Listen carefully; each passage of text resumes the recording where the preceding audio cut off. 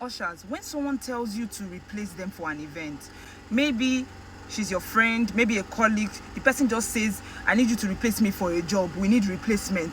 When you are going to replace someone, there are factors that you need to put into consideration before you go to replace anybody. The first one is that ensure that you get a brief of that particular event. Ensure that you know what that particular event is all about and it's something that you can do. If it is ushering, make sure that you note that it's ushering. If it's bottle girling, you just understand the job description before you accept to replace your friend or any colleagues regarding an event.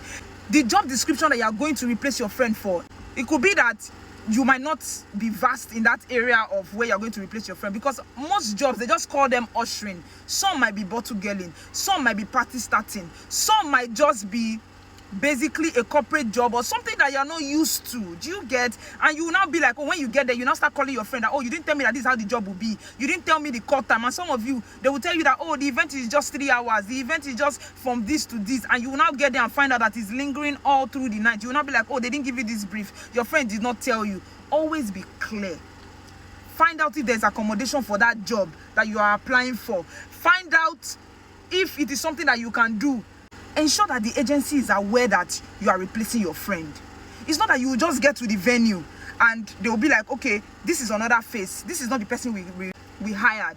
Most times, your friend will not even tell the agency that they are replacing themselves. They will just send you to the event place. Meaning that when you get there, there's a probability that you can be sent back because they did not hire you.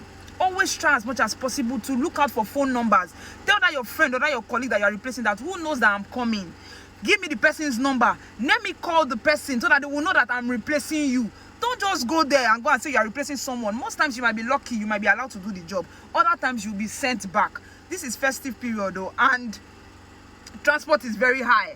Find out the opening and the closing time. So it's not that you will get there, you say, hey, they didn't tell me now. They didn't tell me that the time they are closing by 2. So always try as much as possible to be clear about the job description and ensure that the person you are replacing has told the agency, or the agency is aware that you are replacing someone, so that you don't waste your transport money. A word is enough for the wise. Thank you for listening.